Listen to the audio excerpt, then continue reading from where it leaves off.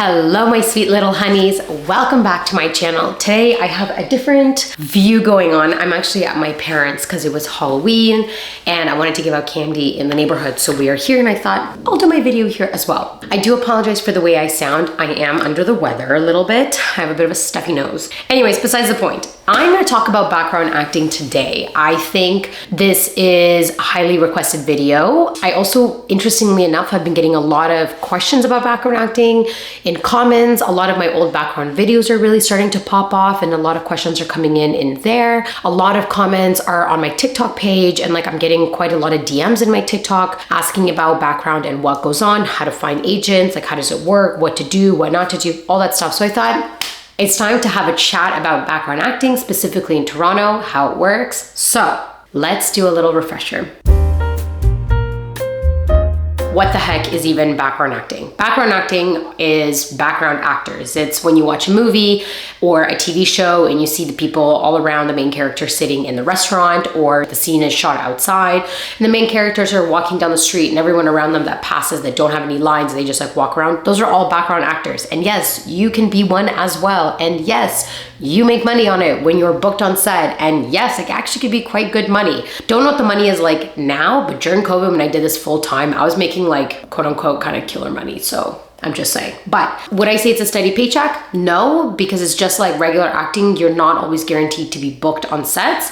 If you get booked on a show and you get continuity, that is amazing, because then you can essentially have the continuity on every season that gets renewed depending on what goes on, or you have the continuity for the whole season. So it's guaranteed work for that entire season. So that can be sometimes awesome, but it's not always a thing that does happen. Another thing that is considered background acting, they're called stand-ins. So stand-ins is people that will stand in for the main character. Those are what you see, if you see a character and their back is what you see through the over the shoulder shot, that person's back sometimes is not actually the lead actor, it's a stand-in background actor. So I get sometimes calls for those as well, and those are very specific because it needs to be the same height, the same body build, the same look, the same gender. It has to be the identical breakdown to what the lead character is. And if you hit all the requirements and the casting agrees with it and likes and thinks that you're the right fit, then you can book it. But there's another one, I forgot the name of it. I think this one's called stand-ins. I think the other ones are called doubles. And then this one's called a stand-in. So basically a background actor can also be this, where part of the stand-in thing. So in the beginning, when the camera is trying to find the right height of what the lead actor is going to be, they will have background actors that will literally just be on set to stand in for the camera. So the lead character doesn't have to stand in the whole time. They'll do their scene, they'll go off, they'll go back to their trailer, they do their thing, they get ready, whatever. And then you come back, the camera's already set for your height and your build, because your double actor, your stand-in actor, stood there for you during that time as you went off to do your thing. So couple of options you can be as a background actor. You could be the actual actor in the scene, you can be the back of the lead actor, or you're not even in the camera, you're not in the rolling part of it at all. You're just standing in to help line the camera for the lead actor. So those are three options. You don't really get to choose which one you get to do. Whatever it comes out to you, you can apply for it. And if you get it, you get it. And if you don't, you don't. But those are the options of where you can get started. So how the heck do you even get started in background acting? There's two ways you can do it. You can do it the agent route, and then you can do it the non-agent route. Very subjective in my personal opinion. I recommend and I prefer being with an agency and having a background agent rather than doing this on your own. I'm gonna give you kind of two lists, and I'm gonna give you the pros and cons of both. So if you went with an agent route, it is technically easier because you're not looking for your gigs. You're not looking for any of the stuff. The gigs are given to you. They will send you an email or a text request being like, hi, are you available on this date to be a background actor for this shoot? And you just say yes or no. You don't ever have to go self-searching because it's all just automatically sent over to you. Payments are sent to you as well. So you are not having to deal with the payments and making sure it comes in or whatever. The agency gets paid by the production. The agency does their thing and then sends over the payment to you, whether it's an e-transfer or a check. Most of the time it's a check. I don't think it's e-transfer, but it is most of the time a check. Technically, it is safer. Because these are agencies, you're guaranteed to be on like safer sets. Like you're not going on Kijiji and typing in like background acting, it's in someone's basement.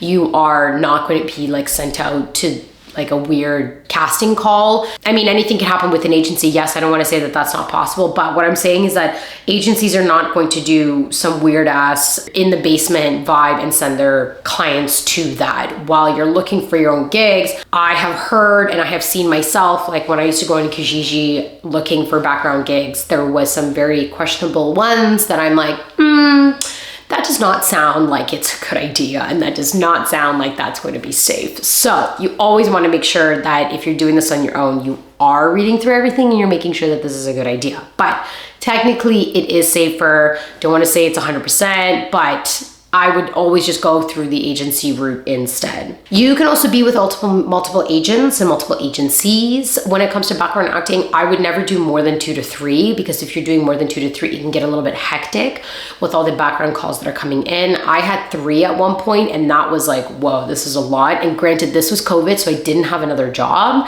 and it was quite a lot.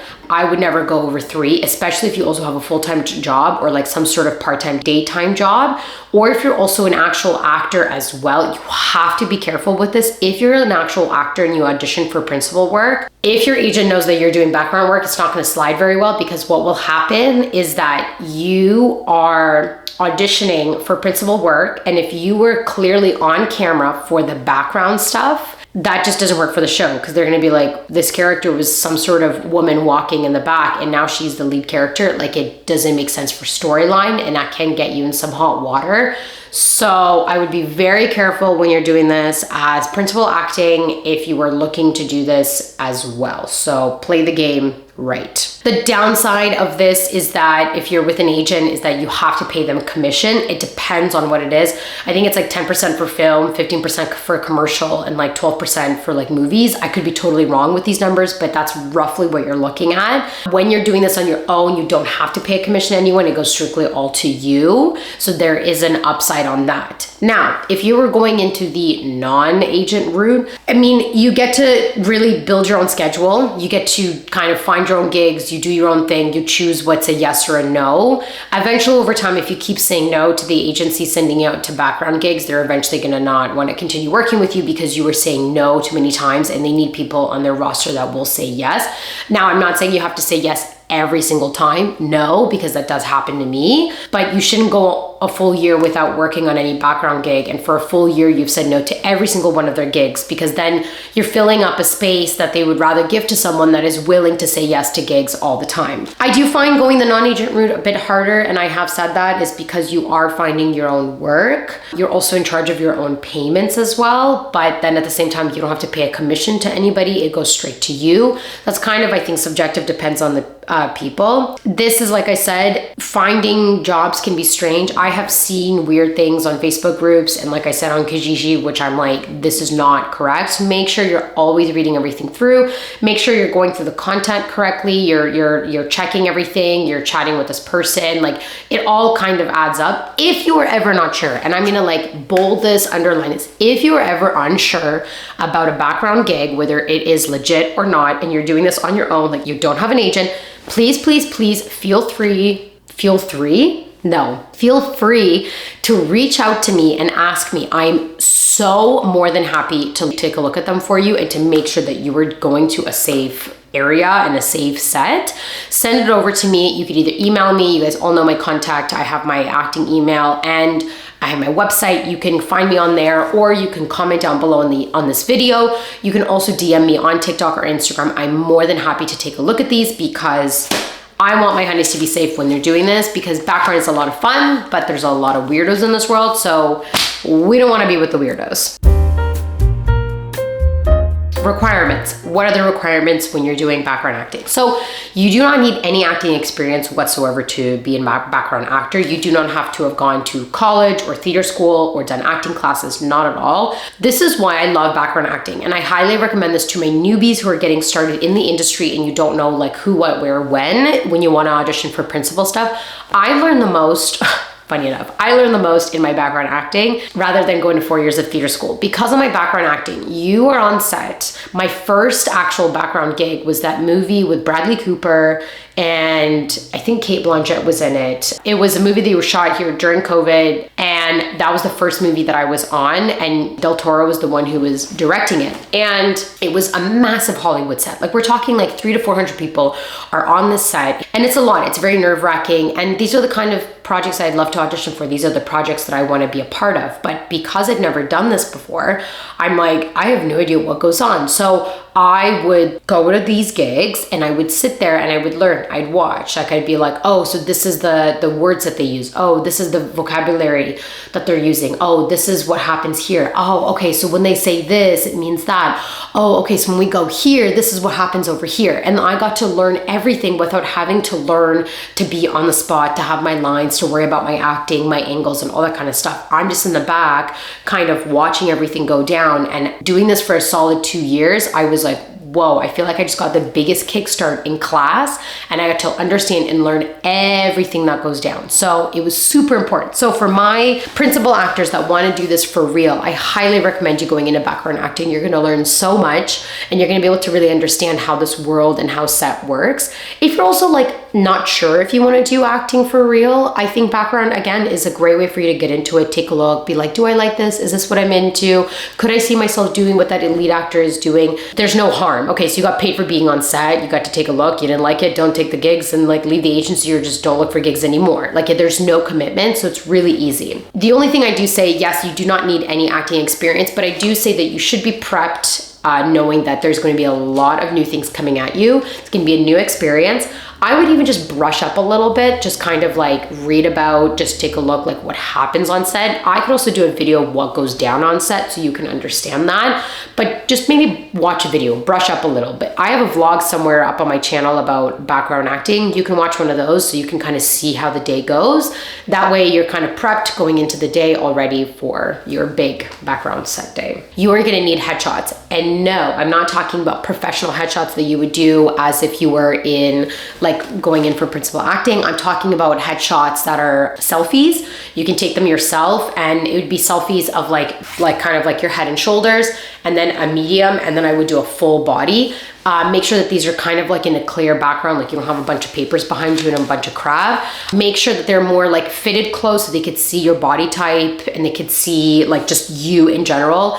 And don't wear anything crazy. Like you don't have to wear like colorful, like super patterned clothes and stuff like that. Like just like classic, like jeans and a t-shirt, or like jeans and shorts and a t-shirt, whatever, just so they could see your body, see what you look like. And then don't wear makeup. Try to wear less of the makeup because they want to see what you look like naturally. Because a lot of times in these background gigs, you actually wear very, very little to no makeup unless it's a period piece. Like if you're shooting in the 80s, I did a show, they were shooting in the 80s, and I had to fully look like that, and they had hair and makeup do it, all that. But I always recommend to have neutral hair and face when you are shooting your selfies. This is your way of booking your gigs. So like I said, you do not need to hire a professional photographer. This is the one time I'm going to be saying this. Obviously, if you're doing professional acting, like principal acting, you will need professional headshots done by a photographer. But when it comes to background acting, you do not. Some agencies will actually even get you to take photos in certain looks. Like sometimes they'll be like, can you put on a suit? So you have a business look. If Suits was filming, they'd want that look. They might even ask, like, do you have a ball gown or a very formal dress? We'd love to see you, like if you have to film a night shoot and you're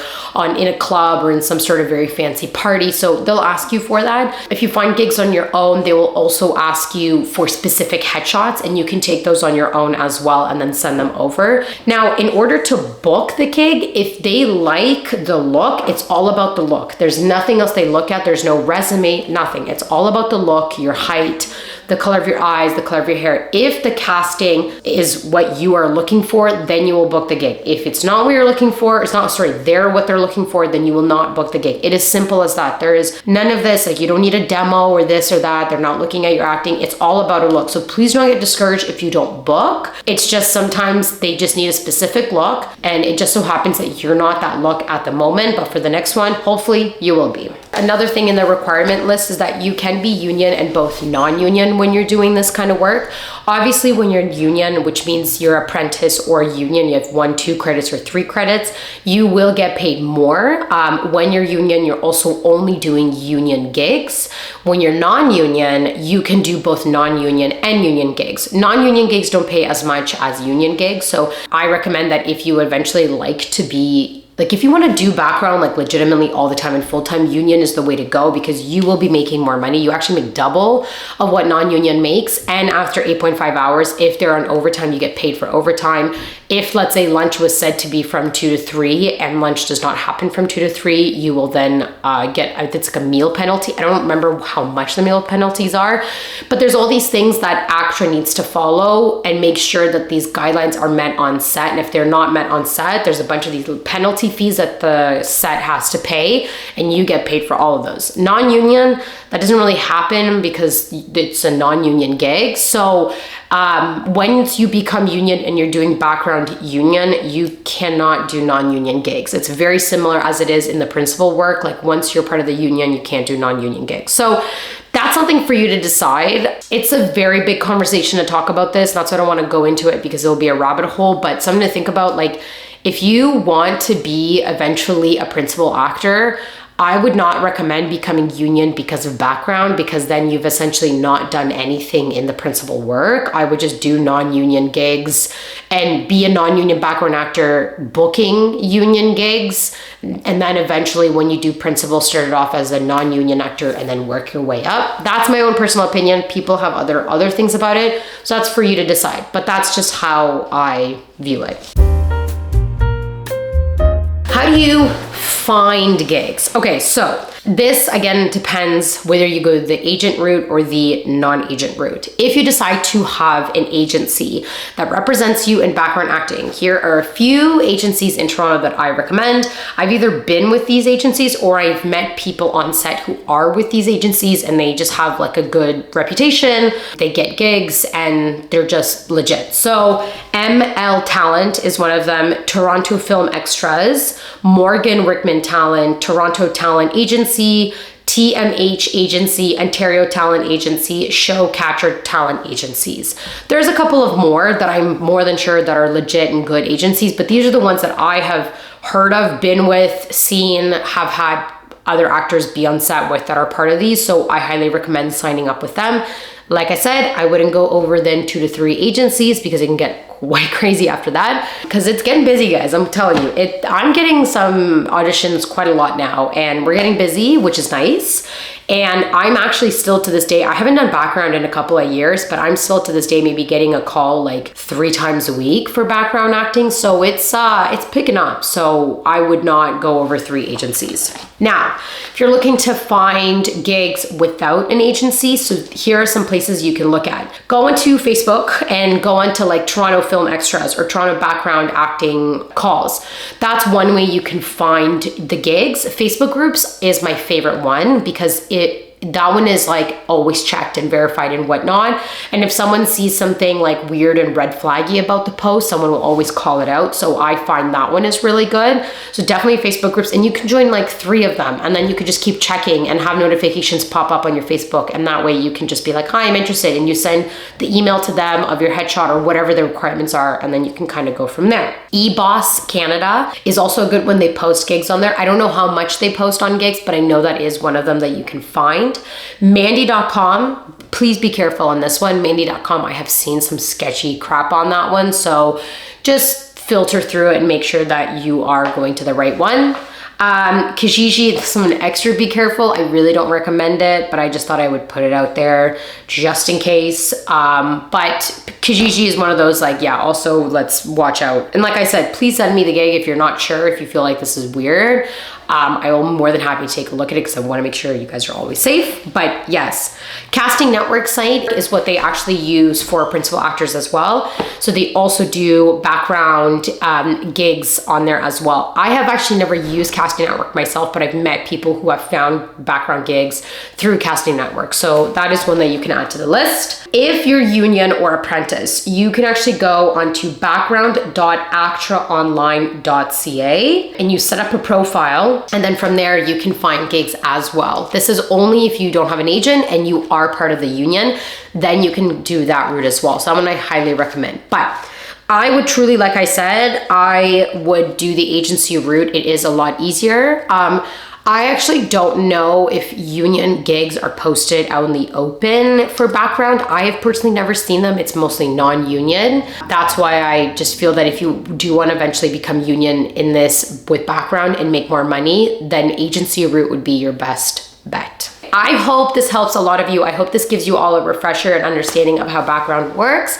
I'm actually thinking that maybe I should say yes to one of the background gigs that I get a call for, and maybe do a vlog and just kind of like see what goes on and see what happens and just chat about it and like vlog. So stay tuned. I'm gonna look into it and see if maybe I can squeeze myself into one of these sets and kind of report back to you. But like I said, message me if you're ever unsure about a gig. I'm more than happy to have a chat about it. I hope this video helps you. I could also do a video of what goes on set. I think this one would also really help a lot of you as well. If you have any questions, you know where to find me. You can also comment below at this video. And I love you, honeys. I'm gonna go have tomato soup now as my fiance and my mom are gonna be making it. And I'm gonna see you all next Friday. Bye, honeys.